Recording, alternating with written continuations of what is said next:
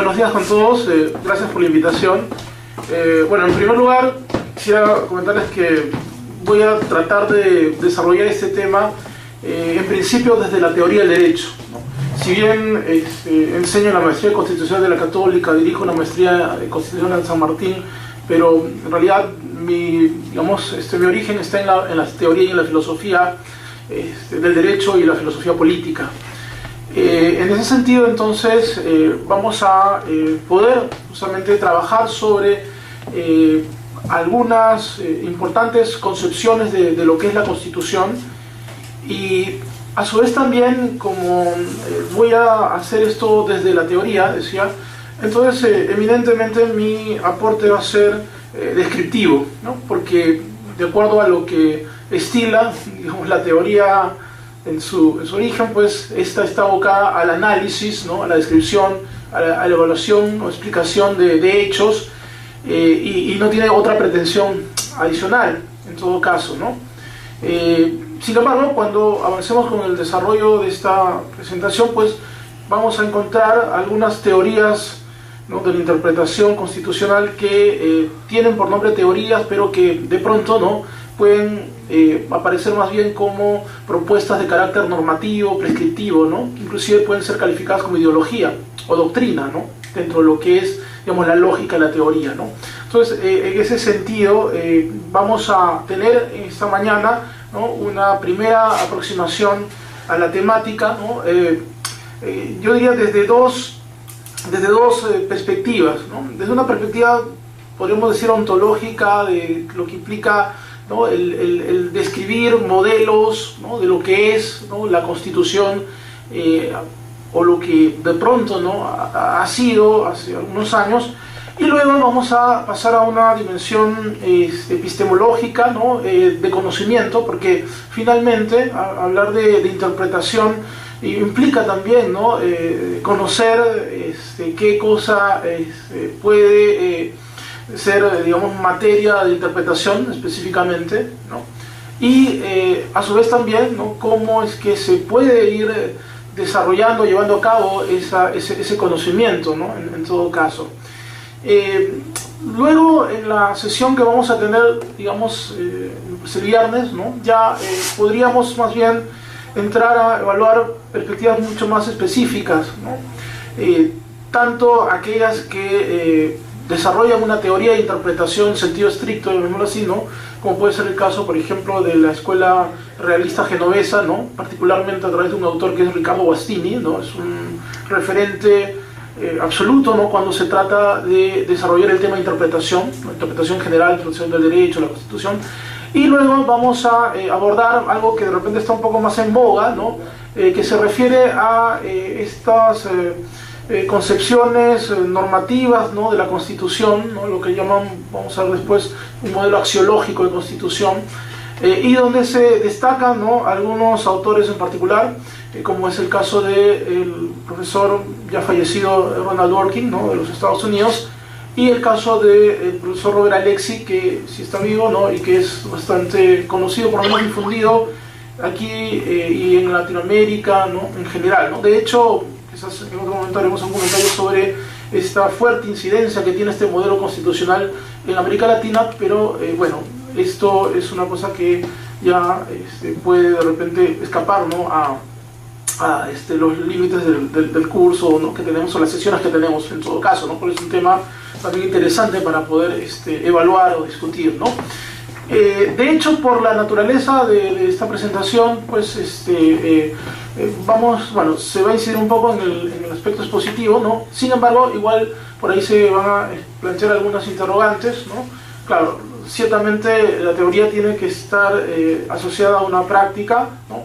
Pero como dije, por lo escaso del tiempo, pues vamos a priorizar el contenido teórico, ¿no?, que además no es tan, o sea, no se presenta así de manera tan usual, porque a veces pues no ocurre que claro, hay personas que están muy metidas en el campo constitucional, pero de repente no tienen tanto vínculo con la filosofía, ¿no?, o viceversa, ¿no?, tienen conocimiento de filosofía pero que no están muy ligados a la constitucional. Entonces vamos a tratar de establecer un nexo, ¿no?, entre estos dos ámbitos, ¿no?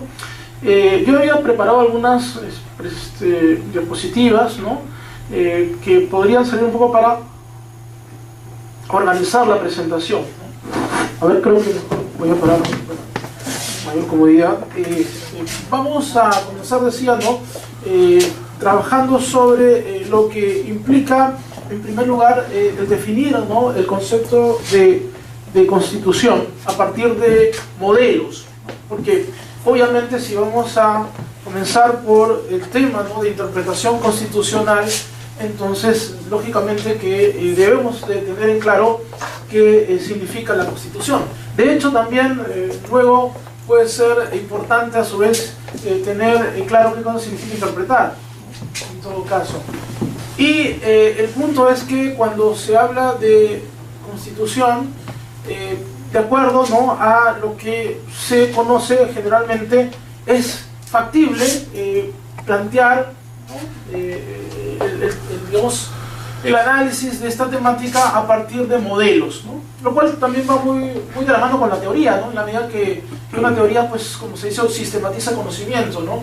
Y hablar de modelos, hablar de clasificaciones, hablar de tipologías es sistematizar conocimiento, ¿no? Es poner lo complejo, digamos, de forma ordenada, ¿no? Comprensible, y que esto es algo que sí ayuda mucho en el ámbito académico, ¿no? Definitivamente, por lo menos en el terreno de la filosofía del derecho, ¿no? y de la teoría constitucional, pues lo que se llaman también estos enfoques analíticos han sido de mucha ayuda, ¿no? En todo caso.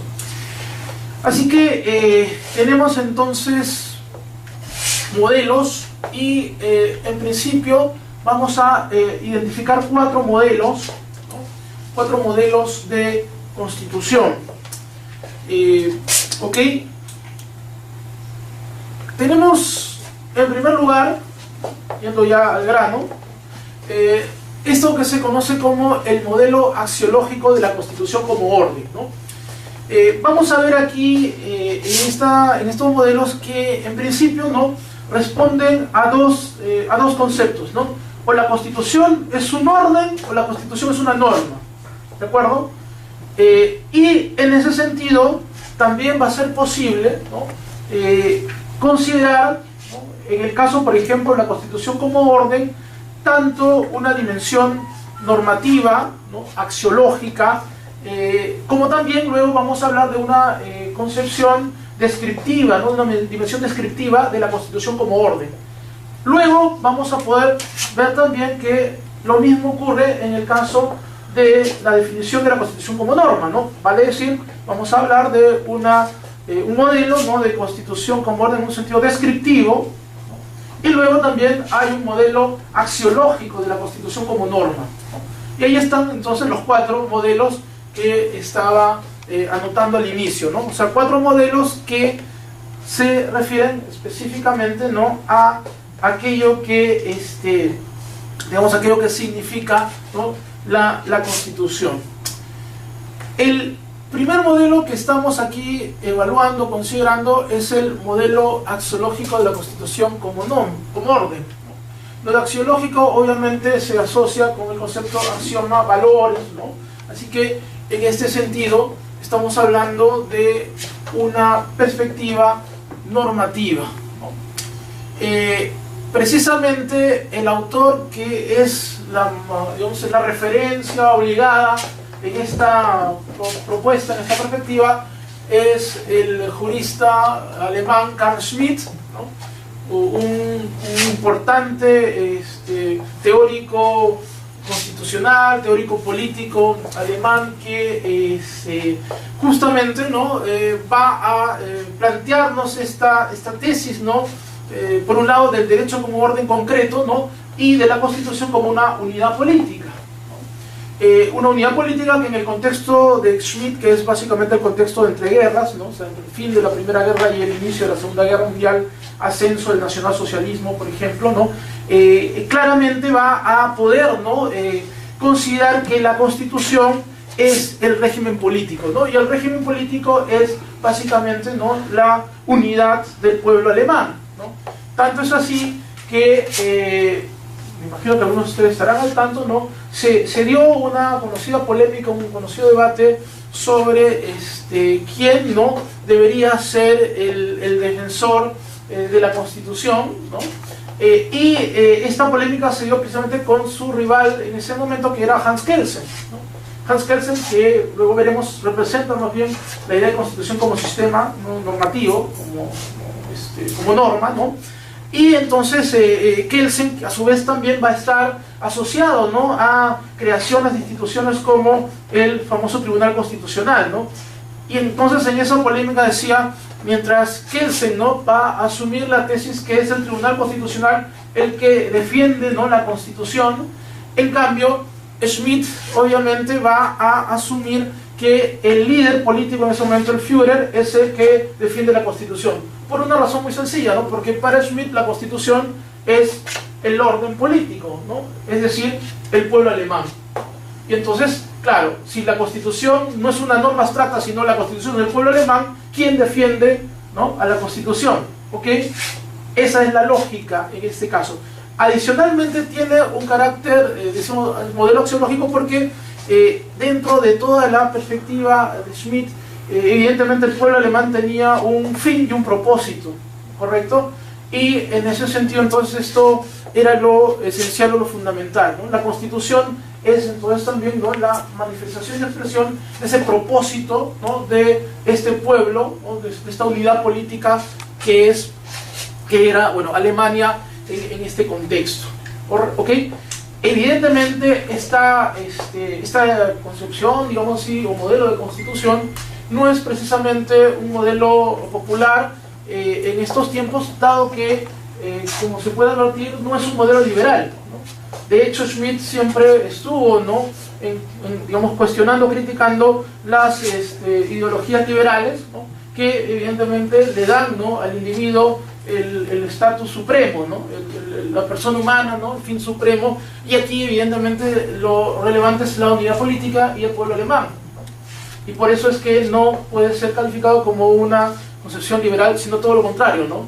Entonces es importante tener en cuenta también eso, porque, claro, mucho se ha hablado sobre el origen liberal del constitucionalismo moderno, ¿no? Pero también es cierto que en el constitucionalismo moderno no solamente impera el liberalismo, sino también puede imperar otro concepto, como es el concepto de democracia, ¿no? Y en ese aspecto, pues claro, la idea de unidad política puede, ¿no?, implicar también el reconocimiento de la homogeneidad del pueblo alemán, y entonces lo relevante, ¿no?, sería esta dimensión democrática de la Constitución antes que la dimensión liberal, ¿correcto? Y esa es entonces la perspectiva que podemos nosotros encontrar aquí, ¿no? Bueno, ahí tenemos, ¿no?, unas ideas, ¿no? Dice: la Constitución se asimila a un conjunto de fenómenos sociales dotados de un valor intrínseco, ojo, ¿no?, que se presenta como generador de normas, ¿no? La Constitución, dice Schmitt, ¿no?, es la decisión total sobre la especie y la forma de la unidad política. El régimen político es la constitución del Estado, ¿no? Ok, entonces esta es una manera posible de definir la Constitución, ¿no? Como dije, solamente estoy describiendo, no estoy haciendo ningún juicio de valor, si está bien o está mal, simplemente es así, ¿ok? Dentro de esta misma perspectiva, es decir, de considerar a la Constitución como orden, ¿no?, pues podemos también llegar hacia lo que significa el segundo modelo, el modelo descriptivo de la Constitución como orden. Podemos leerlo y después lo comento. Dice: la Constitución es un objeto que no posee valor intrínseco ni genera normas. La Constitución es el orden social imperante en una determinada sociedad. Por ello, para conocer la Constitución de un país independiente del documento denominado Constitución, hay que conocer el orden social que impera.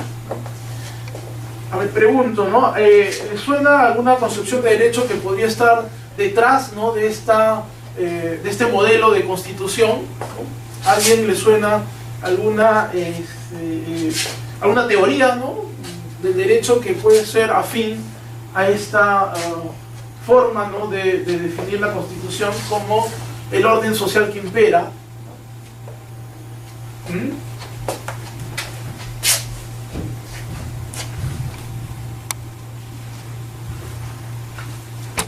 Por ejemplo, cuando nosotros estudiamos teoría del derecho, al margen de lo que puede significar el conocimiento, ¿no?, de teoría sobre normas, también ciertamente existen esto que se llaman los enfoques sociológicos del derecho, y que de alguna manera también, ¿no?, pueden decirnos pues que digamos, la raíz del derecho está en las costumbres, en los usos, ¿no?, de las sociedades, de los pueblos, y que ahí es donde está la fuente, digamos, primaria, ¿no?, del derecho. Entonces, lógicamente que en este caso el modelo descriptivo de la Constitución como orden nos señala pues que existen, ¿no?, estas prácticas que obviamente no son digamos variables, que van cambiando también, ¿no?, de un lugar a otro, de tiempo, ¿no? Entonces, en ese sentido estamos básicamente identificando, ¿no?, a la Constitución como la comunidad, como el pueblo en el espacio y el tiempo, ¿no? Y por ende entonces puede, como dije, variar, ¿no?, sus prácticas, y evidentemente es un enfoque que también tiene su espacio, ¿no?, en los debates teóricos, en los debates de filosofía del derecho, ¿no? Ahora, por ejemplo, en los últimos años está en boga eso que se llama el pluralismo jurídico, ¿no?, que justamente nos reivindica de repente, ¿no?, sistemas normativos consuetudinarios que finalmente tienen mayor impacto, presencia y eficacia, ¿no?, en distintos entornos, y entonces estos modelos pues también, ¿no?, están generalmente en pugna, por ejemplo, respecto a modelos típicamente normativos, ¿no?, racionalistas, que bueno, generan discursos jurídicos desde, por ejemplo, no sé, pues desde capitales, ¿no?, desde lugares de repente alejados, ¿no?, de las comunidades o colectividades, y que de pronto se produce cierta tensión, ¿no?, entre estos dos derechos, ¿no? Hay un sociólogo también alemán, bueno, y jurista, que un poco comenzó a desarrollar toda esta perspectiva que se llamó, bueno, se apellidó Ehrlich, ¿no?, Eugen Ehrlich, que es el que acuña, ¿no?, esto que se llamó el derecho vivo, ¿no?, como el derecho real. Y entonces, en ese sentido, aquí hay una perspectiva también interesante, ¿no?, en todo caso. Lógicamente, y esto creo que ya lo podemos advertir desde el modelo anterior, ¿no?, también como que se puede plantear estos modelos, no solamente en cuanto a lo que significa distinguir la palabra orden de la palabra norma, ¿no?, sino también es posible asociar, por ejemplo, estos dos modelos que estoy mencionando aquí a lo que es más bien una lectura política comunitaria, ¿no?, o social o colectiva. Es decir, ¿no?, si entendemos que la Constitución es finalmente también un concepto político, esto está ligado a lo corporativo, a lo comunal, a la comunidad, fundamentalmente. Y estamos hablando entonces de un orden político en tanto que es la comunidad o es el Estado, ¿no? No es un orden universal, por ejemplo, no es un orden mundial, porque evidentemente no sería factible, ¿no?, considerar que existe, por ejemplo, esto lo decía Schmitt, ¿no?, que pueda considerarse digamos, a todos los seres humanos como pertenecientes a una unidad política, ¿no?, o un Estado mundial, o un Estado universal, ¿no? A menos, decía un poco con sarcasmo Schmitt, ¿no?, a menos que pues se generase algún tipo de amenaza extraterrestre, ¿no? Entonces, si fuese así el caso, ahora la humanidad podría aparecer como una unidad política, ¿no?, enfrentándonos a los extraterrestres, ¿no? Pero si no se verifica algún tipo de invasión extraterrestre, entonces no se puede hablar de la humanidad como unidad política, ¿no? La unidad política está constituida entonces por colectivos que están siempre limitados, ¿no?, que tienen identidad, etcétera, ¿no? Entonces, en ese aspecto es que se puede claramente observar esta dimensión, como dije, política del constitucionalismo. Una dimensión que, lógicamente, en el siglo XX también, ¿no?, y de ahí en adelante, ha sido objeto de críticas y cuestionamientos, aunque no desaparece, evidentemente, ¿no?, porque las cosas no pueden borrarse así, ¿no?, y de alguna manera se da cierta convivencia en la teoría, en fin, ¿no? Pero en todo caso, los modelos que siguen a continuación evidentemente muestran ya una perspectiva de la política no marcada por el comunitarismo, no marcada por la idea de la unidad política, sino, como adelantaba, expresada básicamente en lo que significa el individuo, ¿no? Es decir, la propuesta típicamente liberal, ¿no?, que pone el acento en el individuo respecto a la comunidad, ¿ok? Y en ese sentido entonces tenemos el primer modelo de esa línea, ¿no?, que sería nuestro tercer modelo, y que se denomina entonces el modelo descriptivo de la Constitución como norma. Entonces, en este caso, estamos hablando aquí de la Constitución, dice, como conjunto de reglas jurídicas, ¿no?, expresadas en un documento que, evidentemente, respecto a otras reglas jurídicas resultan siendo fundamentales, ¿no? Y cuando se precisa ya el aspecto interpretativo, dice, la interpretación constitucional es, en este caso, un subgénero de la interpretación jurídica. Obviamente aquí se pueden encontrar también varias perspectivas, ¿no? En todo caso, pues en primer lugar, evidentemente el nombre que surge es el de el profesor Kelsen, ¿no?, Hans Kelsen, que es quien define, ¿no?, el derecho y la Constitución en sí como un sistema normativo, ¿no?, de reglas abstractas, generales, impersonales, que buscan, ¿no?, básicamente proteger o asegurar la libertad individual, ¿no? Si bien es cierto, por ejemplo, en el caso de Kelsen, describe, ¿no?, el sistema normativo, ¿no?, como este sistema de reglas, sin embargo, sabemos también que estas reglas, que en principio no tienen contenido, ¿no?, porque este es un modelo obviamente positivista, ¿no?, sin embargo, tienen un propósito, ¿no? Y ahí es donde viene un poco lo que les comentaba respecto al talante liberal o individualista. Es decir, las reglas, ¿no?, sirven finalmente para que se pueda preservar y proteger una sociedad liberal, ¿no?, donde se puedan garantizar los derechos, las autonomías de los sujetos, y que se da precisamente a partir del cumplimiento, ¿no?, de las reglas que impone el sistema, ¿no? Es decir, si por ejemplo un policía, ¿no?, detiene a una persona que manejando su vehículo se pasa una luz roja, entonces estaría de pronto evitando, ¿no?, posiblemente que, ¿no?, esta persona en otra circunstancia mate a alguien que está cruzando cuando lo corresponde y él se pasa la luz roja, ¿no? O sea, si el policía, si el oficial cumple su deber, ¿no?, entonces está protegiendo el derecho a la vida, por ejemplo, ¿no?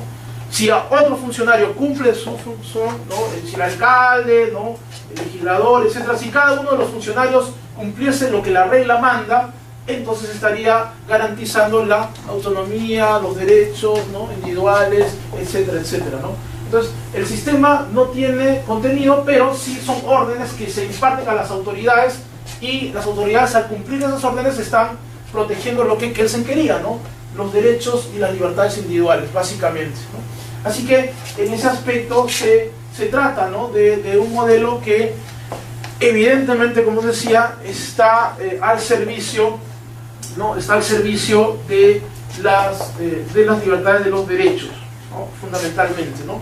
Claro, por todo el contexto que surge en la época de, digamos, un poco de auge del constitucionalismo moderno, que es en realidad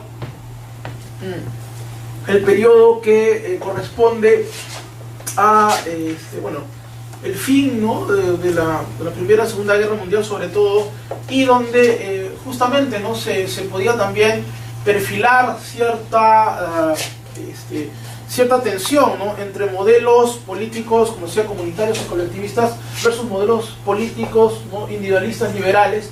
Con el triunfo de los segundos, ¿no?, evidentemente se va imponiendo esta forma de modelo constitucional, ¿no?, en todo caso, y que ciertamente van a tener como decía, no solamente a exponentes como Kelsen, que sería un exponente clásico, sino también, ven ustedes aquí, hay autores que por lo menos uno de ellos vamos a revisar el día viernes, ¿no?, que es Riccardo Guastini, ¿no?, un profesor italiano, ¿no?, asociado a lo que se llama la escuela realista genovesa, ¿no?, de teoría jurídica, y que, bueno, junto con Comanducci y otros, igualmente, ¿no?, reflejan, ¿no?, esta digamos, idea, ¿no?, de considerar al derecho como sistema de normas, sí, en este caso la Constitución como, ¿no?, una norma, como dice ahí, ¿no?, digamos, importante, ¿no?, relevante, pero que forma parte, ¿no?, finalmente del derecho.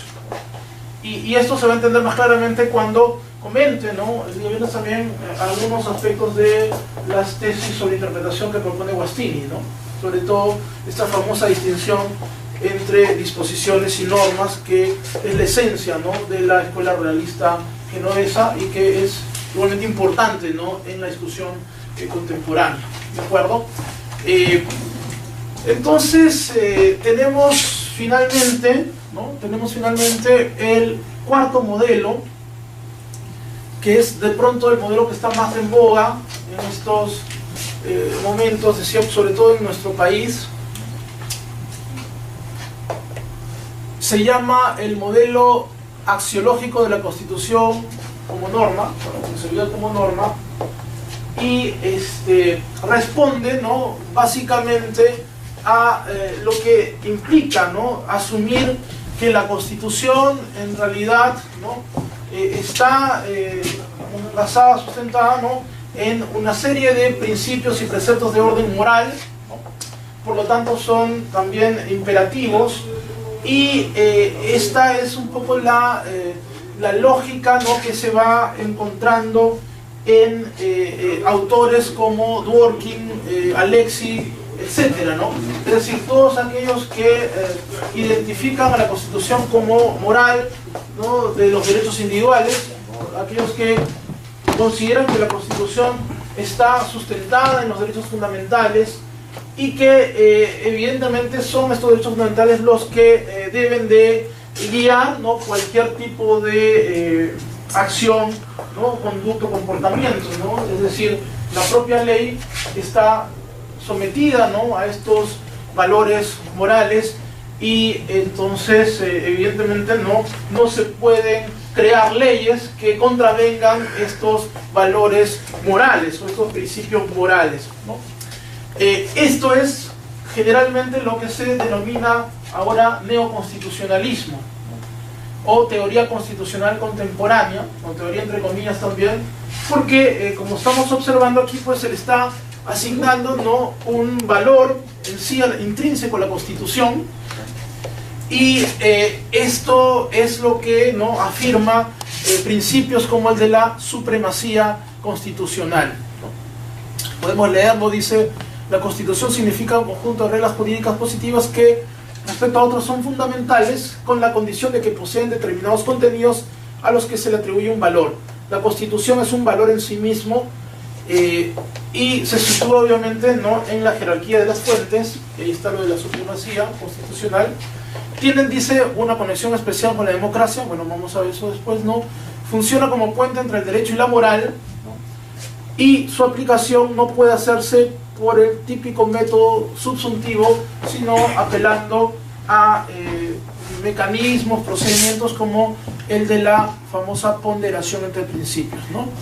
Y está el caso de Alexis, está el caso de Zalewski, y evidentemente Dworkin, ¿no?, que serían los nombres más conocidos de este modelo de constitución como, digamos, vamos a poner así, como norma moral, ¿no?, básicamente, ¿no?, porque en el otro lado era simplemente una norma en un sentido formal, en el caso del modelo descriptivo, pero en el caso del modelo axiológico ya podemos nosotros considerar, ¿no?, que se trata de un claro contenido moral, el que se advierte, ¿no?, en la Constitución.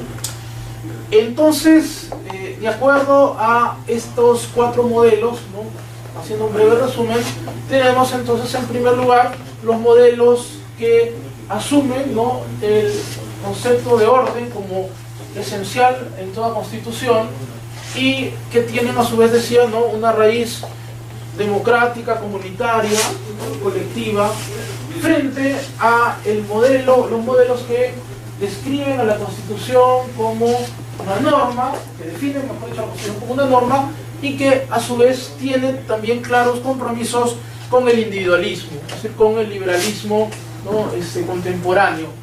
y en un caso, ¿no?, solamente se apela a la descripción, en el otro caso se norma y viceversa, ¿no? Y entonces ya podríamos también considerar que la temática interpretativa va a tener que adecuarse lógicamente a cada modelo, ¿no? O sea, uno va a hablar de interpretación de la Constitución primero en función a qué modelo de Constitución estás asumiendo o estás considerando, ¿no?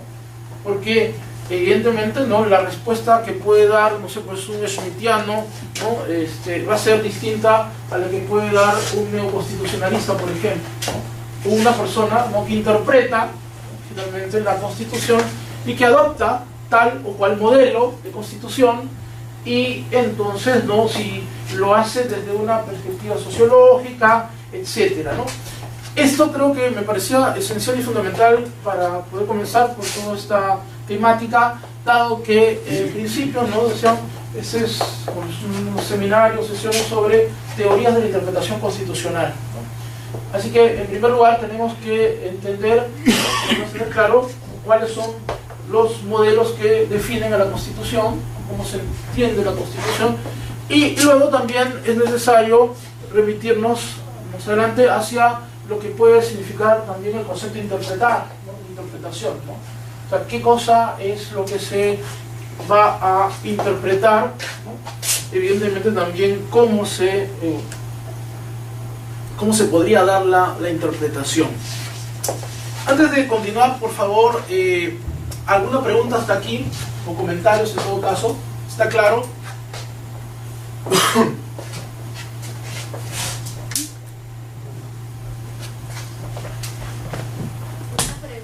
Sí. De acuerdo a las sentencias del Tribunal Constitucional, podría entenderse que el modelo asumido en el caso peruano es este último, el modelo absoluto de la Constitución concedida.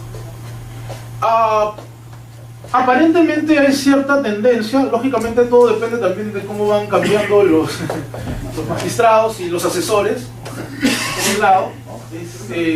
Evidentemente hay una influencia académica también fuerte, es cierto, ¿no? Hay mucha literatura, hay redes de académicos que trabajan en esta línea, ¿no? Carbonell en México, Bernal Pulido en Colombia, ¿no?, que son justamente discípulos de estos mismos académicos, ¿no?, de pronto, y entonces como que innovan, ¿no?, y de alguna manera traen lo último, ¿no?, y entonces para que el magistrado esté al día, entonces tratan, ¿no?, de introducir evidentemente eso, ¿no? Empero también es posible, ¿no?, encontrarnos aún con perspectivas que encajan, ¿no?, dentro de una propuesta como esta, ¿no?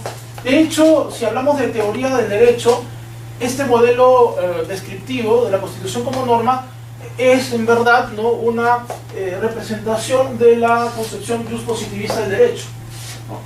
Mientras que en el otro modelo que acabamos de ver, el modelo axiológico, sería más bien una representación de un modelo no positivista, ¿no?, como se nos llama también ahora, o pospositivista, ¿no? Porque por lo menos en filosofía del derecho se dice, ¿no?, que en este siglo XXI el debate es positivista, no positivista, ¿no?, como en el siglo pasado era el debate naturalistas versus positivistas. Así que en este aspecto, igual, ¿no?, se puede también plantear, como vemos, interpretación constitucional desde una perspectiva como la de Guastini, por ejemplo, ¿no?, que de hecho en algunos casos inclusive podrían coincidir, ¿no? Es decir, podrían coincidir la respuesta frente a un caso concreto, ¿no?, tanto de la vertiente positivista con la no positivista, ¿no?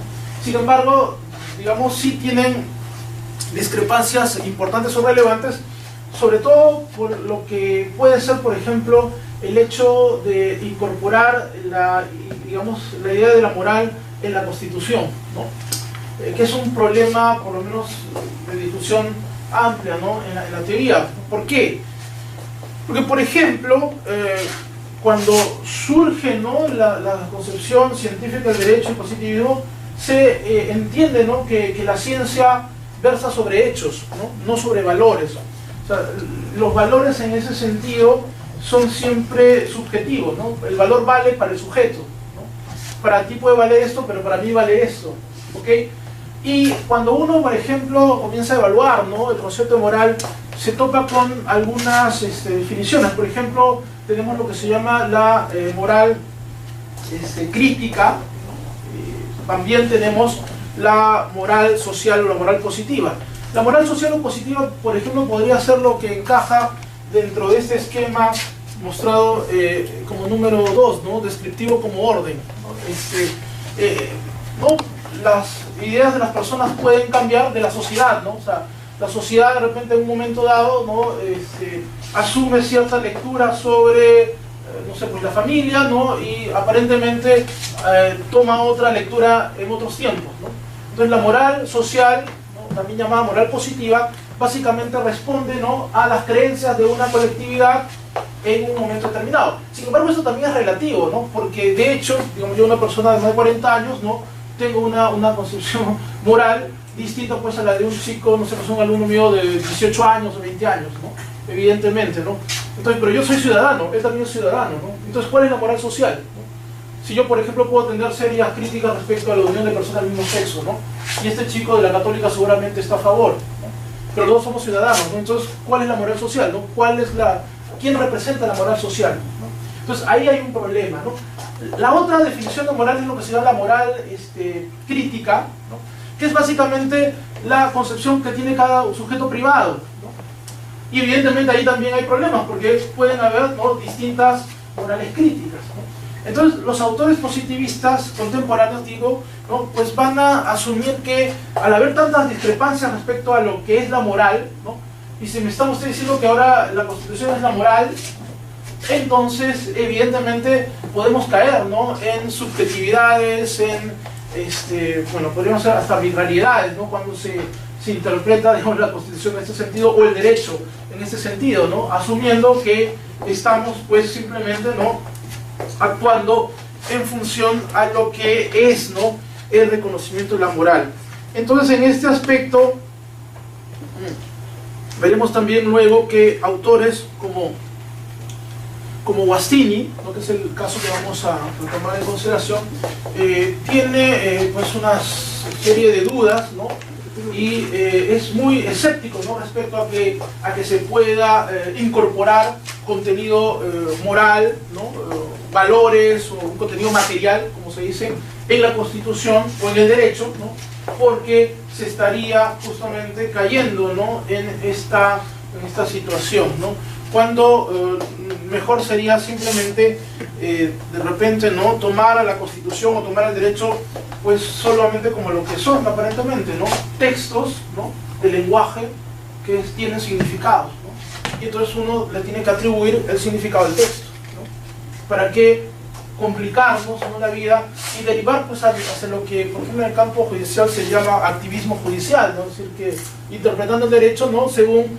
una concepción moral ideológica, y asumo además que esta es la interpretación correcta, ¿no? Entonces ahí es donde viene un poco el tema, digamos, problemático, ¿no?, de discusión. ¿De acuerdo? Entonces eso es más o menos lo que uno puede ir de hecho advirtiendo, ¿no? En todo caso, claro, lógicamente esto puede ser un poco más complejo, ¿no?, y de hecho tampoco es que he investigado y conozco demasiado jurisprudencia para poder definir y precisar, ¿no? Muchas veces también la gente de repente resuelve sin tener en cuenta, digamos, las teorías, ¿no? Finalmente, ¿no? En alguna oportunidad conversaba con unos jueces americanos y claro, uno le preguntaba un poco interesado en los temas de teoría, decían que, ¿no?, si al momento de resolver, en fin, estos casos, ustedes, ¿no?, por ejemplo, toman en cuenta, ¿no?, lo que puede decir Dworkin, o de repente, no sé, pues si estamos hablando de autores del análisis económico de derecho como Richard Posner, pues si es relevante, y se rieron, ¿no?, o sea, para nada, ¿no? O sea, no, la teoría, la doctrina no tienen ninguna relevancia al momento de resolver sus casos, ¿no?, de fallar. Así que en ese sentido como que a veces puede también uno sobrevalorar, ¿no?, el tema de la teoría, ¿no? Yo creo que en realidad el aporte central de la teoría para mi punto de vista no es sino dar conocimiento sobre el derecho, ¿no? Porque finalmente cualquiera de nosotros está siempre aplicando, creando derecho, interpretando derecho, y entonces siempre estamos hablando de derecho, ¿no? La teoría lo que hace es brindar más conocimiento del derecho. Cuanto más conozcas el derecho, mejor puedes desarrollar esa labor, ¿no?, de crear, interpretar, aplicar el derecho, ¿no? Entonces la teoría brinda eso, conocimiento, ¿no? Y ahí sí creo que es un gran aporte, ¿no? En todo caso, ¿no? Porque en verdad sí es una ventaja tener un mayor conocimiento de la teoría jurídica, ¿no? De la teoría constitucional, porque permite realizar el trabajo, digamos, de una mejor forma, ¿no? ¿Okay? ¿Alguna otra pregunta, comentario, en todo caso?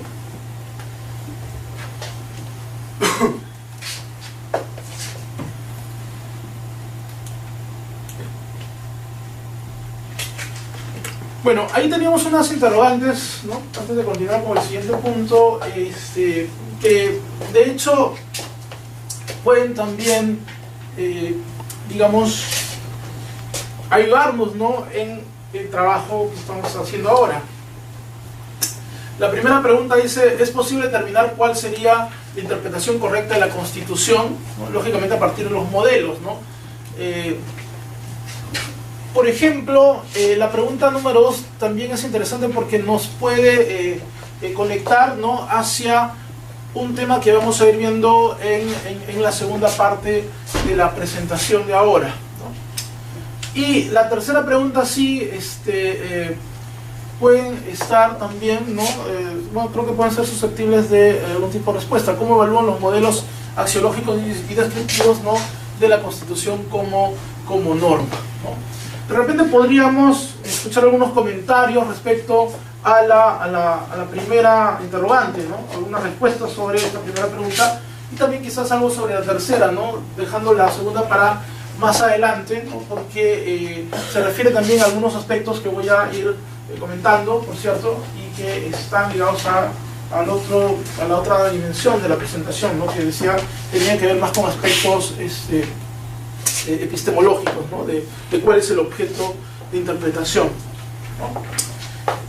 Entonces, no sé si alguien se anima, por ejemplo, a el caso de la primera interrogante, ¿no? Se puede hablar, ¿no? De una interpretación correcta de la Constitución, ¿no? ¿O a qué le sonaría, no?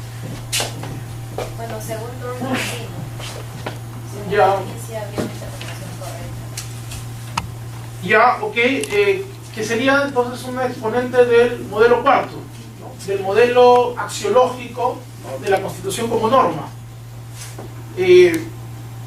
Ahora, desde tu punto de vista, por ejemplo, o te identificas con las tesis de Durkheim. Aún no lo he pensado. Ya. Pero sí tengo entendido que él propone eso. Ok, gracias, sí. Yo creo que no se puede hablar de una interpretación correcta de la Constitución, no hay interpretaciones. En todo caso, en función de la argumentación que se tenga, puede ser más o menos razonable. Ya. Porque hablar de una interpretación correcta parecería como fijar una sola posición excluyendo otras. Entonces, tal vez una perspectiva un poco más sincrética, ¿no? Más allá de los modelos teóricos que, como usted bien dice, pueden ser útiles para mejor hacer la operación. Yo creo que al momento de resolver problemas prácticos uno se enfrenta justamente más que a corrección, sino a algo que pueda ser más razonable para un caso concreto que no necesariamente significa un parámetro objetivo para el que Ya, ok. Un poco la respuesta en la línea más o menos de lo que plantean, ¿no? Corrientes como la teoría argumentativa, que pueden de pronto decir cosas como que efectivamente es posible encontrar de repente varias respuestas, ¿no? Pero puede ser que una sea mejor que otra, ¿no? En todo caso. Ok, ¿qué más? ¿Qué otras respuestas podríamos...? A ver, traten de considerar también la pregunta en función a los 4 modelos que hemos estado viendo, ¿no? A ver, cómo podríamos... o qué podría, digamos, decirse, ¿no? sobre estos 4 modelos y en función justamente a lo que implica, ¿no? La respuesta correcta, ¿no? De los modelos, a ver, replanteo la interrogante, ¿no? De los modelos señalados, ¿cuáles podrían básicamente derivar, ¿no? a una tesis de respuesta correcta?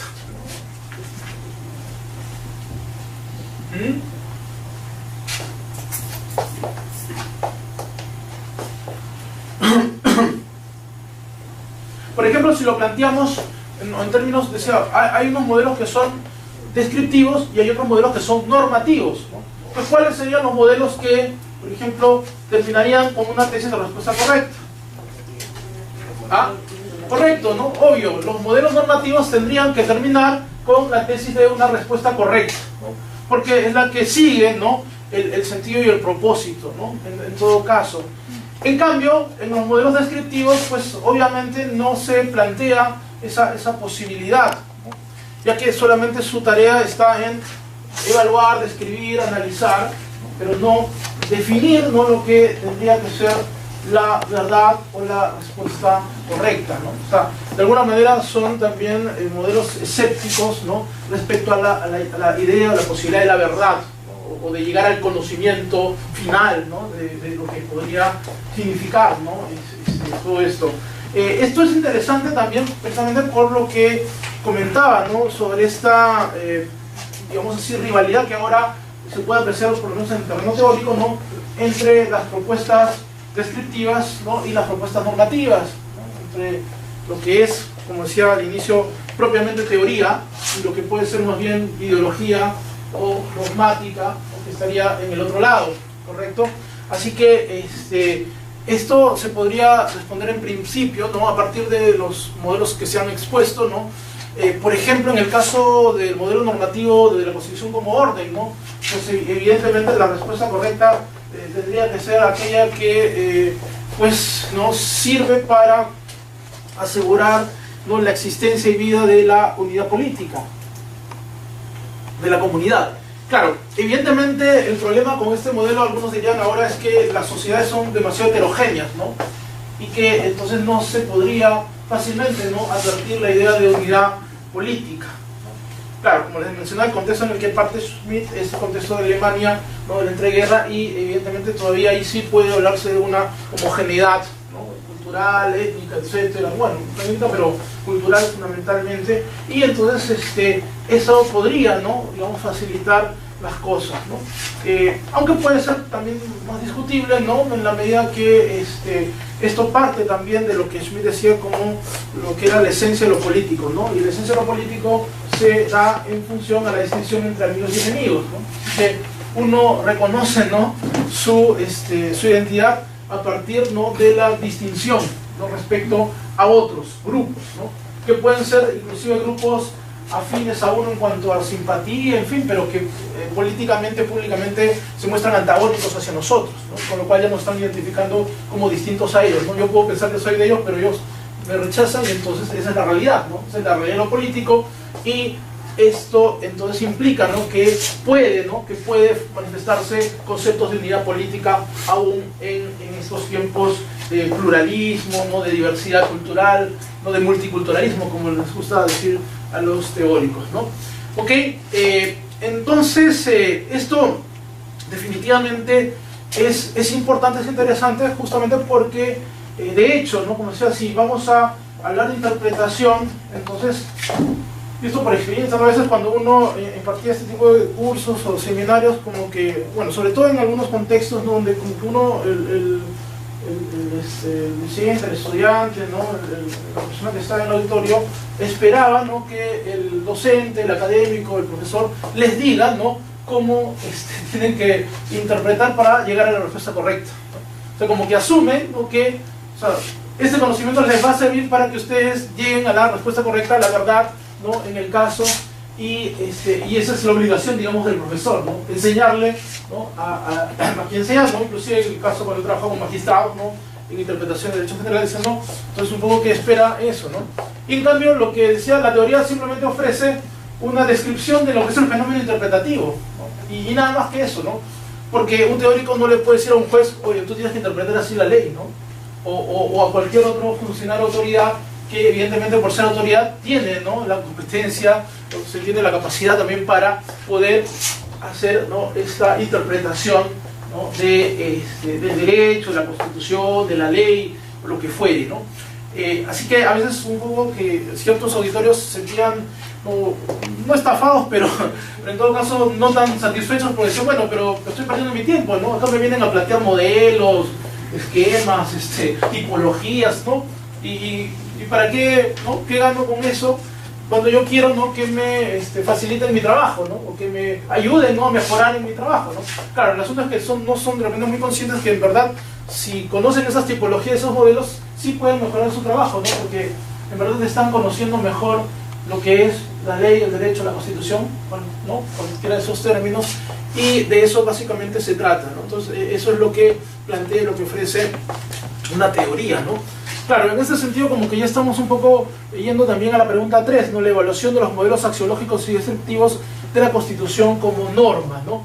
Entonces, mientras que para el modelo descriptivo, que es lo que vamos a trabajar, por ejemplo, con Guastini en la próxima reunión, ¿no?, simplemente no se trata de definir, ¿no?, qué es la interpretación, qué es la Constitución, ¿no?, cuál es el objeto de interpretación, ¿no?, constitucional, ¿no?, cómo se desarrolla, ¿no?, qué criterios se emplea, ¿no? O sea, más o menos en esa línea, ¿no?, o sea, donde son siempre útiles, ¿no?, los criterios interpretativos, ¿no?, por ejemplo, donde al final uno puede decir, bueno, o se interpreta, lo comentaré después, ¿no?, el texto, ¿no?, digamos, en un sentido lingüístico, ¿no?, lo que podríamos denominar una suerte de interpretación literal o declarativa, ¿no?, o pasamos pues a la otra posibilidad, que sería una interpretación correctora, ¿no?, que puede ser en varios sentidos, y que de acuerdo, digamos, a la crítica de estos positivistas,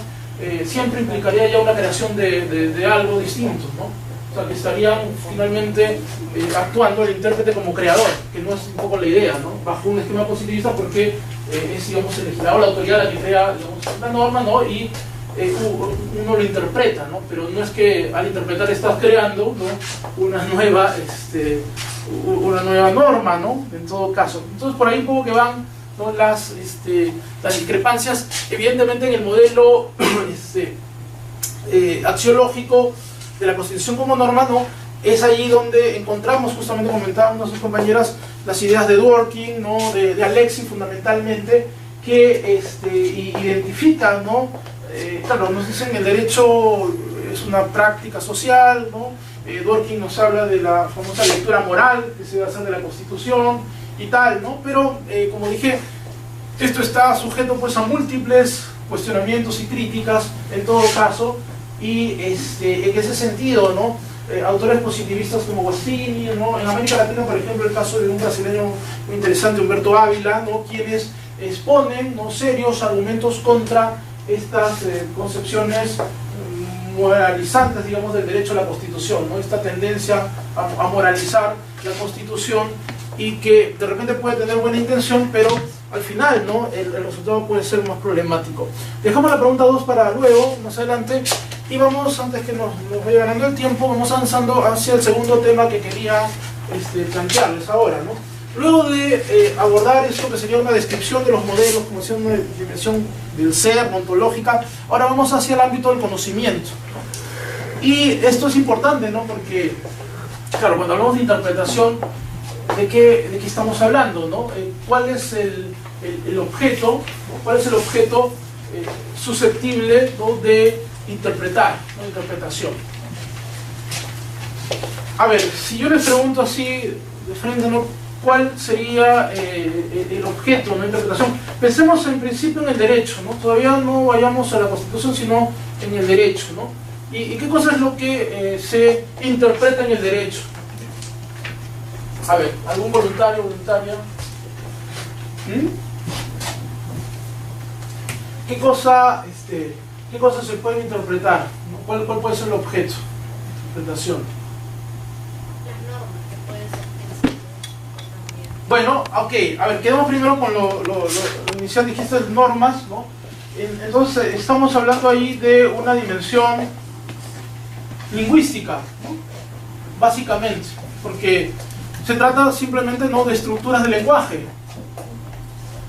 Una constitución puede contener una serie, ¿no?, de disposiciones, de construcciones, ¿no?, de enunciados, en fin, y que pueden tener distintos nombres, ciertamente, ¿no?, pero podemos pensarlo en términos simplemente de textos por interpretar, ¿no?, y los textos en el sentido, ¿no?, de estructuras de lenguaje. Ok, esto es solamente lo que se puede tomar como objeto de interpretación. ¿Perdón? Ya, ¿y qué entiendes por principios, por ejemplo? Los principios, a ver, ¿me entiendes? Porque son como declaraciones que tienen que ver con los derechos fundamentales de las personas. O sea, Ya. por ejemplo, un principio sería el derecho que consagra nuestra Constitución, el derecho a la vida, ¿no? Ya, correcto. Entonces, de acuerdo, ahí podríamos estar hablando básicamente de valores, ¿no? Por ejemplo. Un principio es un mandato de optimización que ordena que algo sea realizado en la mayor medida posible dentro de las condiciones jurídicas y prácticas existentes. Bueno, según el éxito. Claro, esa es la definición del éxito, ¿no? Pero de hecho hay muchas definiciones del principio, hay distintas, ¿no? Dworkin también puede definirlo de otra forma, ¿no? Y en fin, pero claro, un poco que la idea efectivamente que señalan ustedes va en el sentido de considerar que el derecho no solamente es una estructura de lenguaje, sino que tiene un contenido, ¿no? Un contenido, bueno, un contenido axiológico, ¿no? Valorativo, ¿no? Que puede estar encarnado precisamente en estos principios, ¿no? En general, ¿de acuerdo? Algo más podría ser considerado, tomado en cuenta también como objeto de la interpretación, aparte del texto. Ah, perdón, sí. Las costumbres, los usos también, que son fuentes del derecho. Pero digamos que estos usos se puede de repente expresar también ya en las propias estructuras del lenguaje, ¿no? Claro, Digamos, lo que pasa positivizar. es que el derecho no es estático, ¿no? Sino va evolucionando, se va adaptando a la sociedad, como vemos incluso en las propias teorías de interpretación de la Constitución. O sea, es una evolución. Claro, desde el principio claro, como criterios evolutivos, históricos, pero claro, de alguna manera eso también puede ser vinculado con, digamos, con una moral social, finalmente, ¿no? Por ejemplo, como comentaba hace un momento, ¿no? ¿Hay algo que podría todavía restar o faltar, ¿no?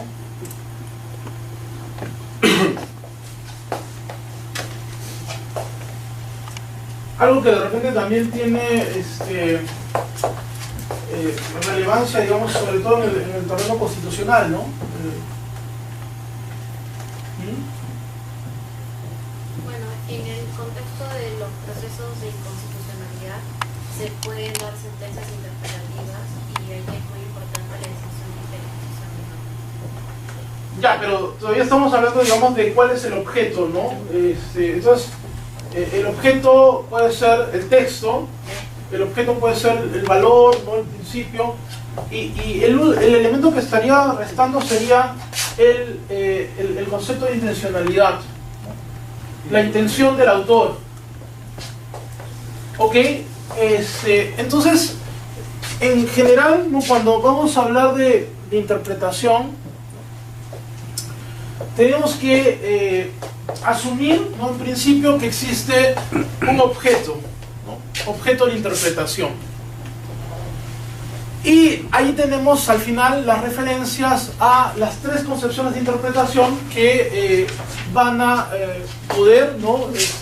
Manifestarse y que nos remiten justamente a, número uno, enunciados jurídicos,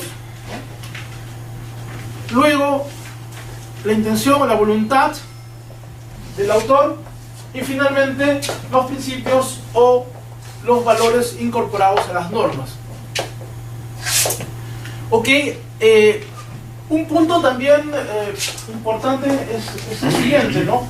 Como estamos hablando ya de una dimensión de conocimiento, de ciencia epistemológica, entonces en principio no se podría asumir que el derecho, ¿no? y luego la Constitución también es un objeto. Y en ese sentido, pues estaría también dentro de una concepción cognitivista, ¿no? Desde un punto de vista epistemológico, ¿no? O sea, hay un objeto por conocer, por descubrir, ¿no? Su sentido, ¿no? Su significado. Entonces ahora tenemos aquí, ¿no? ya este enfoque cognitivista del objeto, y como decía, podemos entonces trabajar en estos tres planos, ¿no? Enunciados, voluntad o intención y valores. Esto se plasma entonces en las concepciones que serían ya estas de aquí en un sentido ya más claro, ¿no? Tenemos la concepción lingüística, la concepción intencionalista y la concepción material o valorativa. ¿De acuerdo? Ojo que en todas estas estamos hablando del derecho como objeto. ¿De acuerdo? Por lo tanto, decía, estamos dentro de una perspectiva cognitivista. En primer lugar, tenemos aquí el caso de la concepción lingüística. Podemos leerlo, dice, la concepción lingüística, ¿no? En la concepción lingüística el objeto de interpretación resultan ser enunciados lingüísticos y la actividad interpretativa consiste evidentemente en, ¿no? Encontrar su significado. Los enunciados poseen pues dimensiones de semántica, ¿no? Sintaxis, porque son evidentemente estructuras que se construyen, ¿no? A través de reglas del lenguaje, y en tanto es así, entonces se puede, ¿no? Seguir también estas reglas del lenguaje, ¿no? Para poder llevar a cabo la tarea de, digamos, encontrar, ¿no? El significado. Aunque claro, Guastini, como es un escéptico, dirá en su momento que se trata simplemente de asignarle, ¿no? Un significado a un enunciado, ¿no? Que eso es básicamente para él la interpretación, ¿no? Asignar un significado a un enunciado, ¿no? Del lenguaje. Esto es algo que, como decía, podría evidentemente, ¿no? Asociarse con las corrientes positivistas, que claro, estamos hablando del derecho como un objeto y un objeto de lenguaje, ¿no? Y entonces se puede, ¿no? Perfectamente también vincular con criterios declarativos, literales, ¿no? De interpretación, por ejemplo, si es que hablamos, ¿no? de criterios o modelos interpretativos, como se suele manejar, ¿no? En la teoría en general. Pero tenemos a su vez también la concepción intencionalista, ¿no? Que precisamente señala, ¿no? Que en realidad, ¿no? El objeto es producto, ¿no? De una voluntad, de una intención del autor, ¿no? Y evidentemente se trata, ¿no? De desentrañar esa intención del autor, y que también podría ser de repente una propuesta válida, ¿no? Aunque lo mismo también podría ser objeto de cuestionamientos. En todo caso, lo que sí se puede ir advirtiendo es que, claro, cada una de estas concepciones tiene, ¿no? Sus detractores, y tiene también evidentemente gente que es favorable, ¿no? A esta concepción, ¿no? Entonces, en el caso anterior hablamos de positivistas que pueden ser a veces escépticos, o en otros casos que derivan, ¿no? hacia perspectivas que pueden ser un poco más complejas también, donde decía se trata de seguir las reglas del lenguaje para llegar a los significados del mismo, ¿no? Y en este caso la concepción intencionalista de repente puede estar también muy ligada, ¿no? al tema de interpretación constitucional, sobre todo porque, ¿no? En otros contextos ha tenido bastante presencia en el debate académico, ¿no? Por ejemplo, esta concepción originalista que viene de los Estados Unidos, ¿no? Que de alguna forma, ¿no? replica este esquema, ¿no? de que se trata simplemente, ¿no? de conocer la intención, ¿no? del autor, ¿no? del texto, y hay que respetar, ¿no? esa voluntad, esa intención, ¿no?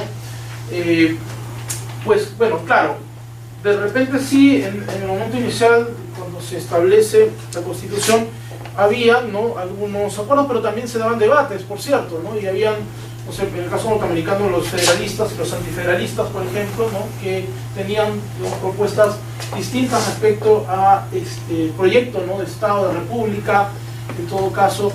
Y bueno, podrían haber quizás algunas cosas que sí, de repente eran,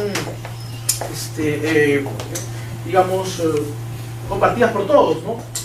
Por ejemplo, ¿no? cuando se trata del caso de la libertad de religión, Entonces, bajo una perspectiva intencionalista, podría decirse que la idea, ¿no?, que llevó a establecer esta prescripción, ¿no?, o este derecho, estaba finalmente centrada, ¿no?, en la realidad de los Estados Unidos en este momento inicial, ¿no? Vale decir, Estados Unidos nace como un colectivo de iglesias cristianas, ¿no? Entonces, evidentemente todos eran cristianos y creyentes, ¿no?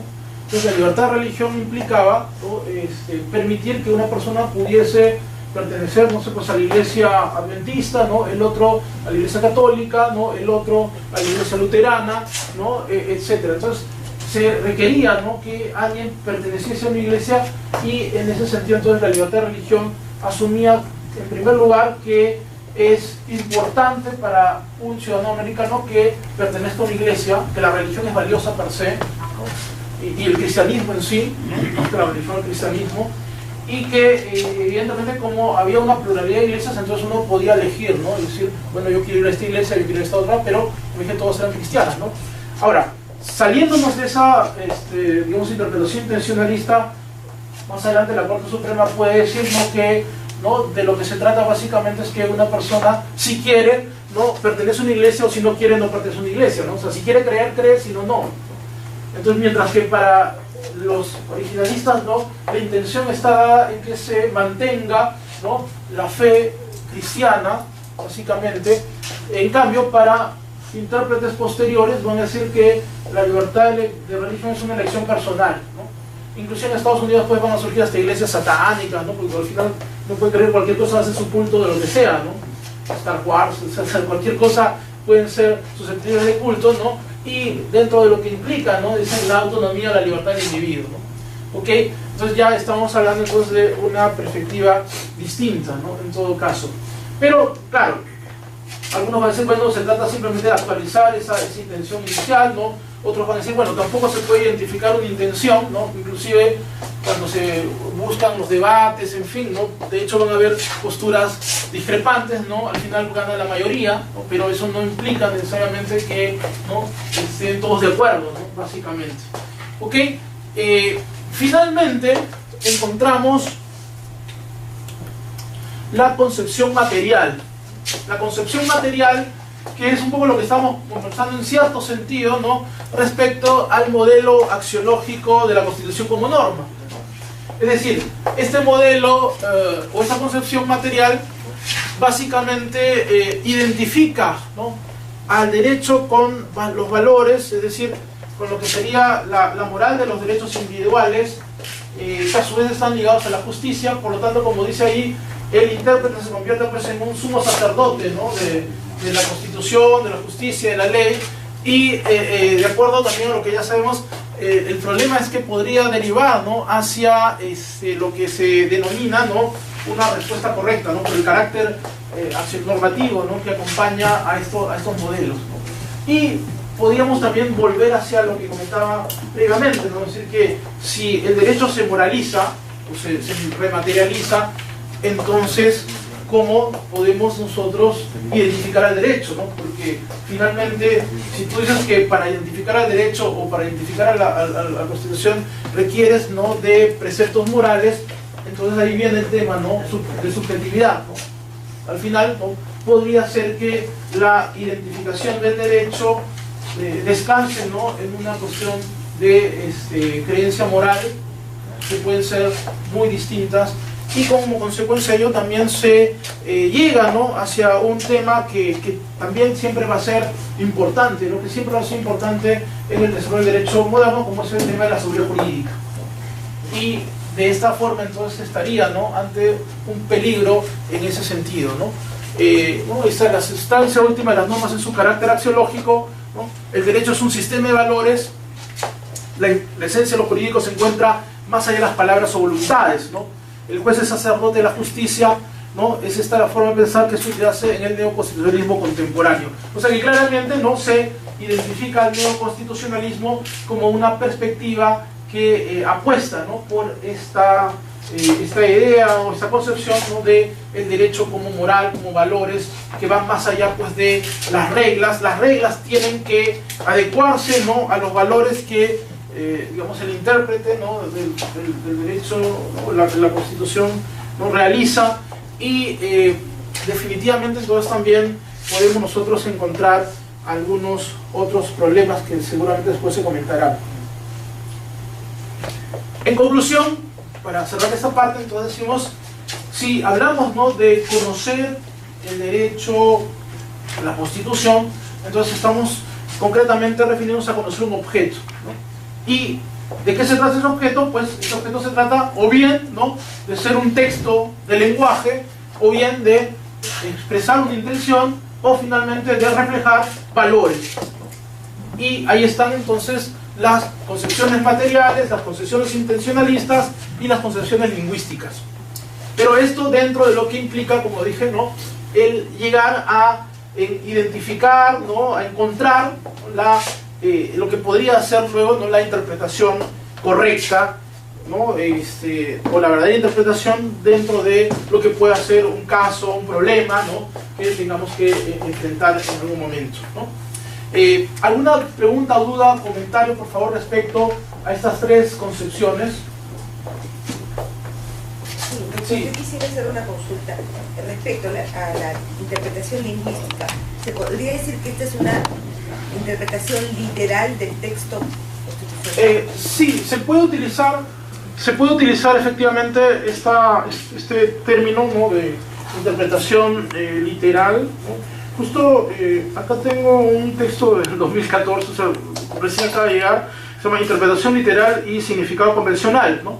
Es una profesora también interesante, Victoria Iturralde, por ejemplo, que ¿no?, de alguna manera también sigue más o menos las líneas de crítica hacia estas perspectivas neoconstitucionalistas, ¿no? Y nuevamente vuelve, ¿no?, digamos, a considerar, ¿no?, la posibilidad de centrar también la interpretación en este aspecto, digamos, lingüístico, ¿no?, pero que evidentemente también puede ser complejo, ¿no? De ahí justamente los trabajos, ¿no?, de todos estos autores de la escuela italiana y las influencias que esta tiene también en algunos otros sectores, en donde se aprecia, ¿no?, la complejidad del lenguaje, de las estructuras, ¿no? Existe esto que se llama la lógica deóntica, ¿no?, que trabaja sobre enunciados normativos, en fin, ¿no? Entonces hay ahí una realidad que evidentemente interesa, ¿no?, ahora mucho a la teoría, ¿no?, del derecho. ¿Ok? De acuerdo. ¿Alguna otra inquietud con relación a esto? ¿No? ¿Está claro entonces? Bien, para ir concluyendo, bueno, ya las diapositivas terminaron, pero sí quería señalar lo siguiente, ¿no? Estábamos hablando aquí de la interpretación como objeto, ¿no?, en principio, ¿no? Y claro, dentro de la tercera perspectiva, que es esta perspectiva material, ¿no?, de hecho, vamos a encontrar también algunos autores que suscriben esta concepción, como es el caso de Ronald Dworkin, ¿no?, que emplea una serie de términos aparentemente un poco engañosos para pretender, digamos, mostrar otra dimensión que no sería, digamos, estrictamente la dimensión objetiva, ¿no? Por ejemplo, ¿no?, Dworkin señala o alude, ¿no?, que él considera, ¿no?, la interpretación como una actividad constructiva, ¿no? O por otro lado, este profesor, que conversaremos algo seguramente en la próxima clase, ¿no?, la próxima sesión, dice también que el derecho es en realidad una práctica social, ¿no? Entonces, construcción, práctica social, ¿no?, parecería pues derivar hacia formas epistemológicas no cognoscitivas, sino más bien constructivistas, ¿no?, que es la otra perspectiva que ahora también tiene cierta presencia, ¿no? Sin embargo, ¿no?, cuando Dworkin, ¿no?, señala que existe una única respuesta correcta, una interpretación, una lectura moral de la Constitución, pues como que de pronto, ¿no?, se estaría apartando ya de esta propuesta que vamos a considerar ahora, en este momento, ¿no?, y que se refiere a la epistemología constructivista, ¿no? Mientras que en una epistemología cognoscitivista ya existe un conocimiento, ya existe una verdad, nosotros simplemente vamos a tratar de llegar a él, ¿no?, a través de la razón, etcétera, ¿no? En cambio, en estas epistemologías constructivistas no existe verdad, no existe conocimiento, sino que a través de un proceso deliberativo, discursivo, ¿no?, se va a ir llegando a determinados consensos que pueden ser calificados como verdad o como, como conocimiento, ¿no? Entonces, son dos cosas distintas, ¿no? En un primer caso, el objeto ahí está y simplemente hay que descubrir, ¿no?, y llegar al objeto, ¿no? En el otro lado no existe, sino que se va a construir, pero mediante un proceso deliberativo, discursivo, ¿correcto? Entonces, en este caso, también, ¿no?, es posible en los últimos años encontrar referentes sobre esta perspectiva, ¿no?, constructivista, dialógica, deliberativa, ¿no?, que encuentra, ¿no?, precisamente en autores, inclusive latinoamericanos, ¿no? Hay un académico ya fallecido que se llamó Carlos Santiago Nino, ¿no?, que elaboró, ¿no?, antes de fallecer, ¿no?, un texto donde hablaba sobre una suerte, ¿no?, de constitución deliberativa discursiva, ¿no?, un modelo, ¿no?, de constitución que implique, por ejemplo, ¿no?, el hecho que en realidad no estamos partiendo de ningún valor definido o una moral definida, sino que más bien esta va a ser construida, ¿no?, a través de procedimientos o mecanismos de debate, de discusión, de deliberación, ¿no? En los tiempos ya más recientes, un discípulo de Nino, que se llama Roberto Gargarella, ¿no?, entre otros autores también, inclusive en el caso anglosajón igual hay exponentes, ¿no?, han venido trabajando en lo que implica una suerte de, llaman, constitucionalismo dialógico deliberativo, ¿no?, o discursivo.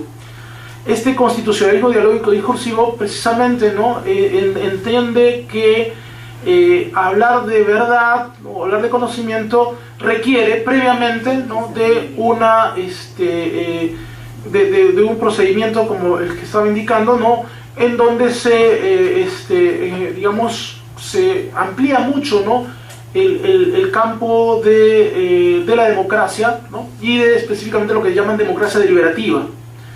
Entonces, esa es una perspectiva que puede ser interesante en la medida que se trata, ¿no?, de ir construyendo el significado, digamos así, ¿no?, de lo que puede ser la Constitución, y que en ese sentido también se van recabando aportes, ¿no?, de diferentes sectores, digamos, de la sociedad, ¿no?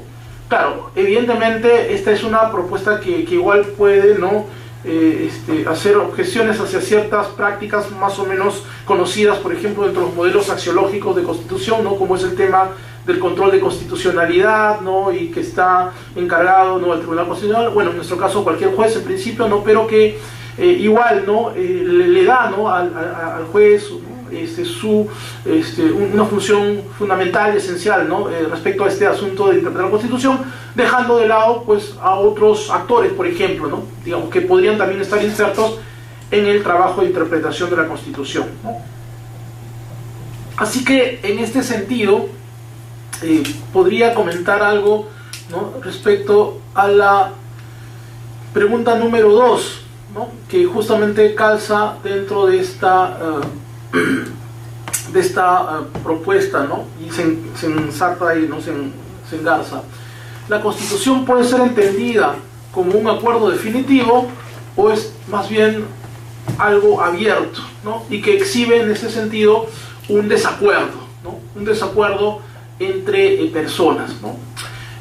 Antes de darle mis comentarios, de repente alguno de ustedes quisiera ¿no?, responder ahora sí ya, un poco sabiendo estas cosas, cuál sería su lectura, ¿no? ¿Es la Constitución un acuerdo definitivo o es la Constitución más bien un desacuerdo, ¿no?, abierto, y que en ese aspecto, pues, debería ser otra, ¿no?, la forma de abordar, ¿no?, el trabajo interpretativo? A ver, ¿alguien quiere contestar?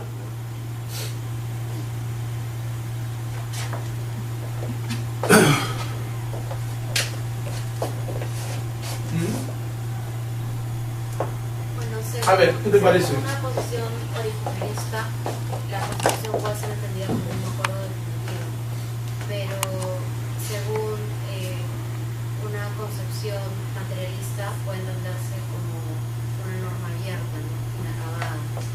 De hecho, esa es la postura del doctor Landa aquí en el Perú, que es una norma abierta. Ya, a ver, ¿qué otras respuestas podemos encontrar? Sí. Más que una respuesta de una inquietud, a mí me parece muy interesante la teoría del profesor Stein, la teoría de los foros incompletos, que yo no sé dónde entraría en esa dicotomía que plantea usted. ¿O es un acuerdo definitivo, o es algo abierto, o es un acuerdo incompleto? O sea, estamos de acuerdo en que tenemos que regular, pero no sabemos cómo, y eso lo dejamos al legislador ordinario. No sé si es esa perspectiva, ¿no? Porque me parece como un término intermedio entre los dos extremos que plantea, que por cierto es válido, ¿no? Ya, ok, ahorita comento, sí. Okay. A ver, ¿alguna otra respuesta? ¿Cómo apreciarían ustedes, ¿no?, la Constitución, ¿no?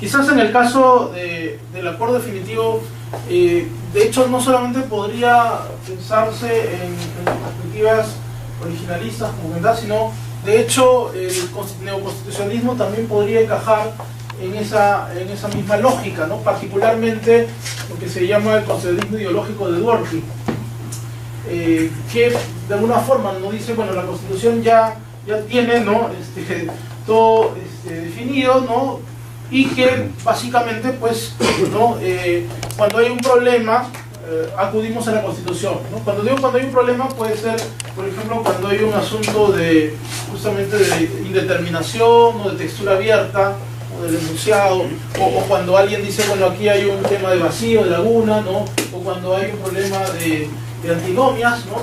Entonces, en esos casos se puede acudir a la Constitución para, ¿no?, llegar a resolver, ¿no? De ahí que se hable también de esta interpretación conforme a la Constitución. Pero, de hecho, ¿no?, vamos a encontrar también cuestionamientos o críticas importantes hacia esa perspectiva que dije que es la perspectiva de lo definitivo, de lo cerrado. Y, por ejemplo, ¿no?, en el caso de la lectura abierta, allí también se han ido insertando estas perspectivas que comentaba, ¿no?, las perspectivas constructivistas, dialógicas o deliberativas, ¿no?, que por ejemplo consideran, ¿no?, que la Constitución debe ser concebida, ¿no?, como un marco que pueda permitir las deliberaciones, los debates y las discusiones, ¿no?, fundamentalmente, ¿no? O sea, es como la Constitución como los límites, ¿no?, en donde se sitúa el debate y la discusión, y que es a partir de las discusiones que van saliendo los acuerdos, los consensos, y se va, por lo tanto, llegando a cierto conocimiento, ¿no?, que es nuevamente, ¿no?, dependiente de estos procedimientos discursivos, ¿no?, fundamentalmente. Entonces, hay tendencias que también se califican como republicanas, por ejemplo, Richard Bellamy, un profesor inglés, que justamente estudié con él, y que él tiene esa idea, ¿no?, de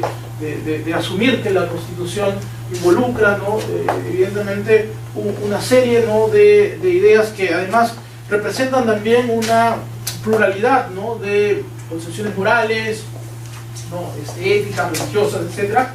Y que entonces no se podría, no sería adecuado asumir que ya todo está resuelto en la Constitución, y que, como a veces también un poco satirizando se dicen, bueno, ya el juez, ¿no?, constitucional, entonces es el que tiene la última palabra, ¿no?, es el que tiene, ¿no?, la decisión final, y que es el supremo intérprete, ¿no?, de la Constitución, ¿no? Cuando bajo una perspectiva como esta, pues cualquier ciudadano tiene, ¿no?, la potestad de interpretar la Constitución, ¿no?, en todo caso. Ahora, es cierto que las lecturas de Dworkin, por ejemplo, a veces dan la impresión que estamos en esta línea, en esta idea, ¿no?, pero no es tan exacto, ¿no?, en todo caso, porque, claro, o sea, alude, ¿no?, a la idea del derecho, ¿no?, como una construcción, ¿no?, dentro de lo que implica asumir que el derecho es una práctica social, ¿no?, que se va haciendo, ¿no?, a medida de los aportes de los ciudadanos. Inclusive por ahí comentaba que que puede ocurrir a veces que un ciudadano esté en contra de lo que diga una corte, un tribunal, ¿no? Y que al final, con el paso del tiempo, el tribunal le da la razón. Si viene otro tribunal y ¿no? Ahora sí concuerda con lo que él pensó en ese momento. Entonces, claro, ¿cuál sería la actitud de esta persona que asume que el tribunal está incorrecto, ¿no? O tiene la razón, pero que bueno, tiene que acatar o obedecer, ¿no? O simplemente no acata lo que se dispone. Pero, sin embargo, ¿no? A pesar de estas cosas, igual, ¿no? El modelo neoconstitucional contemporáneo, pues, no sé, da, ¿no? la impresión que al hablar de moral ya estamos siempre, ¿no? Considerando esta moral de los derechos individuales, que es la moral de raíz kantiana, básicamente, ¿no? Y que asume, evidentemente, una serie, ¿no? de aspectos que no pueden ser modificados, cuestionados, etcétera, ¿no? Y bueno, entonces esto es lo que de alguna forma abre también los debates y las discusiones. Como ustedes han podido apreciar, básicamente me estoy refiriendo, ¿no? a una serie de corrientes y concepciones que están en debate, en discusión. Cada una tiene sus argumentos a favor y en contra. Lo que les comentaba al inicio de esta sesión inicial era que simplemente quería, ¿no? Exponer, ¿no? teorías y modelos y no elaborar ningún tipo de juicio de valor, ¿no? Finalmente. Esto es más o menos lo que uno puede encontrar ahora en la discusión, en el debate, ¿no? De este modo también se puede, creo yo, advertir que el trabajo, ¿no? o la tarea de interpretación constitucional implica también el tener un conocimiento, ¿no? de teoría del derecho, fundamentalmente. Y por último también, si quieren, de teoría política, ¿no? en la medida que cuando hablamos de discusiones, son discusiones públicas, ¿no? que involucran obviamente distintos discursos públicos, políticos, y que tienen que ser entonces tomados en cuenta, ¿no? fundamentalmente, ¿no? Pero siempre como que se pueden percibir también estas tensiones entre lo individual y lo colectivo, ¿no? Si bien en los modelos están armaditos, ¿no? Estos son los colectivos, estos son los individuales, recuerdo que son modelos teóricos, ¿no? Porque la realidad siempre sobrepasa, ¿no? Estos modelos y estas categorías, y evidentemente pues nos encontramos, ¿no? con discursos que tienen, ¿no? o bien, ¿no? una perspectiva más favorable a lo individual o más favorable a lo colectivo, ¿no? De hecho también en América Latina, ¿no? tenemos distintos procesos constitucionales en donde en algunos casos inclusive se vuelve, ¿no? a enfatizar el aspecto comunitario, ¿no? Bolivia, Ecuador, etcétera. En otros casos Colombia, ¿no? Perú, que siguen, ¿no? la línea liberal individualista, ¿no? Por ahora, entonces esto puede igual cambiar, ¿no? finalmente, ¿no? Así que la próxima reunión que vamos a tener ya vamos a enfatizar en cuanto a lo que significa el modelo descriptivo de constitución e interpretación, ¿no? que corresponde a Guastini, ¿no? y algunos comentarios sobre la otra vertiente axiológica, ¿no? que propone Dworkin y Alexi, ¿no? Creo que todavía tenemos unos minutos, entonces si tienen por favor algunas preguntas, comentarios, en todo caso.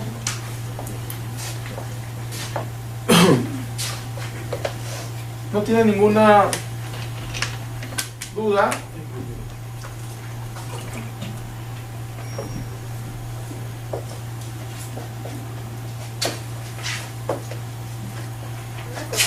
Sí. La interpretación institucional que es reiterada, bueno, se observa en la sentencia del Tribunal Constitucional, se alude a ella expresamente, se enmarca dentro de la interpretación de la Constitución como una norma abierta o como un acuerdo.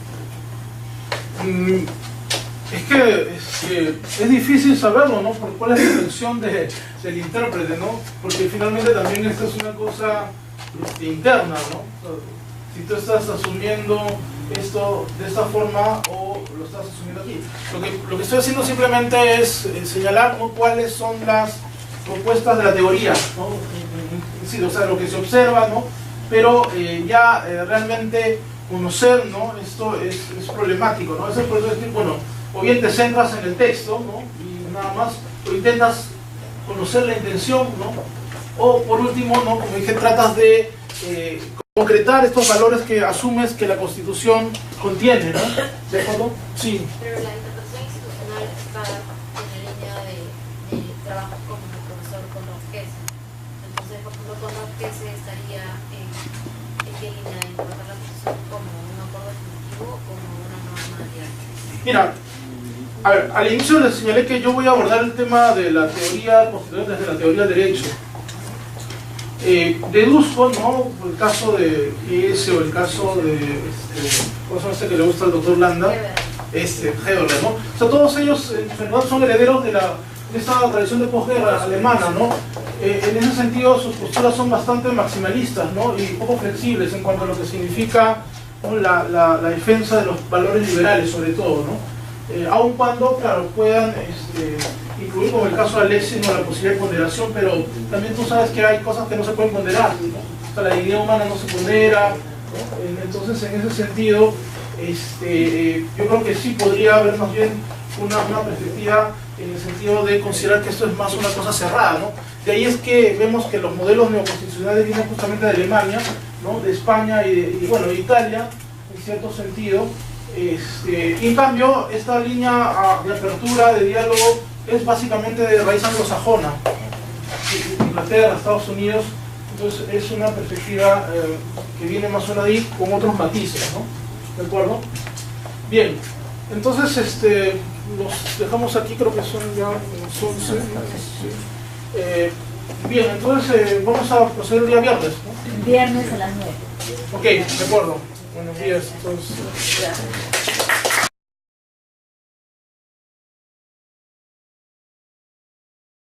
Como el modelo axiológico de la Constitución como orden, ¿no?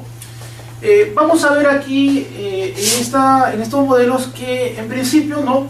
Responden a dos conceptos, ¿no? O la Constitución es un orden o la Constitución es una norma, ¿de acuerdo? Y en ese sentido también va a ser posible, ¿no? Considerar, ¿no? En el caso, por ejemplo, de la Constitución como orden, tanto una dimensión normativa, ¿no? Axiológica, como también luego vamos a hablar de una concepción descriptiva, ¿no? Una dimensión descriptiva de la Constitución como orden. Luego vamos a poder ver también que lo mismo ocurre en el caso de la definición de la Constitución como norma, ¿no? Vale decir, vamos a hablar de un modelo, ¿no? De Constitución como orden en un sentido descriptivo, y luego también hay un modelo axiológico de la Constitución como norma. Y ahí están entonces los 4 modelos que estaba anotando al inicio, ¿no? O sea, 4 modelos que se refieren específicamente, ¿no? A aquello que, digamos, aquello que significa, ¿no? la Constitución. El primer modelo que estamos aquí evaluando, considerando, es el modelo axiológico de la Constitución como orden. Lo axiológico obviamente se asocia con el concepto axioma, valores, ¿no? Así que en este sentido estamos hablando de una perspectiva normativa, ¿no? Precisamente el autor que es digamos, la referencia obligada en esta, lo que implica en primer lugar el definir, ¿no? El concepto de constitución a partir de modelos, porque obviamente si vamos a comenzar por el tema, ¿no? De interpretación constitucional, entonces lógicamente que debemos de tener en claro qué significa la Constitución. De hecho también luego puede ser importante a su vez tener claro qué cosa significa interpretar, en todo caso. Y el punto es que cuando se habla de Constitución, de acuerdo, ¿no? A lo que se conoce generalmente, es factible plantear, ¿no? Digamos, el análisis de esta temática a partir de modelos, ¿no? Lo cual también va muy de la mano con la teoría, ¿no? En la medida que una teoría, pues, como se dice, sistematiza conocimiento, ¿no? Y hablar de modelos, hablar de clasificaciones, hablar de tipologías es sistematizar conocimiento, ¿no? Es poner lo complejo, digamos, de forma ordenada, ¿no? Comprensible, y que esto es algo que sí ayuda mucho en el ámbito académico, ¿no? Definitivamente, por lo menos en el terreno de la filosofía del derecho, ¿no? y de la teoría constitucional, pues lo que se llaman también estos enfoques analíticos han sido de mucha ayuda, ¿no? En todo caso. Así que tenemos entonces modelos y en principio vamos a identificar cuatro modelos de constitución. Ok, tenemos en primer lugar, yendo ya al grano, esto que se conoce como